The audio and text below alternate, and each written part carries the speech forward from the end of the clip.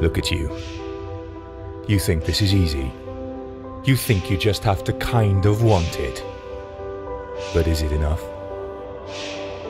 Sacrifice, you don't know what it means. It means you fight to your last breath of air.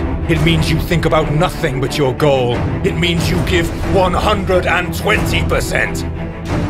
So, what do you know about sacrifice?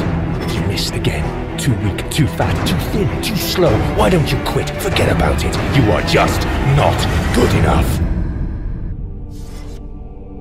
Until you want it as much as needing to breathe, you will never make it. You think failure is not achieving your goal.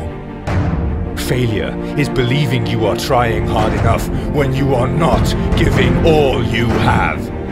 Don't ever let anybody tell you you can't do it.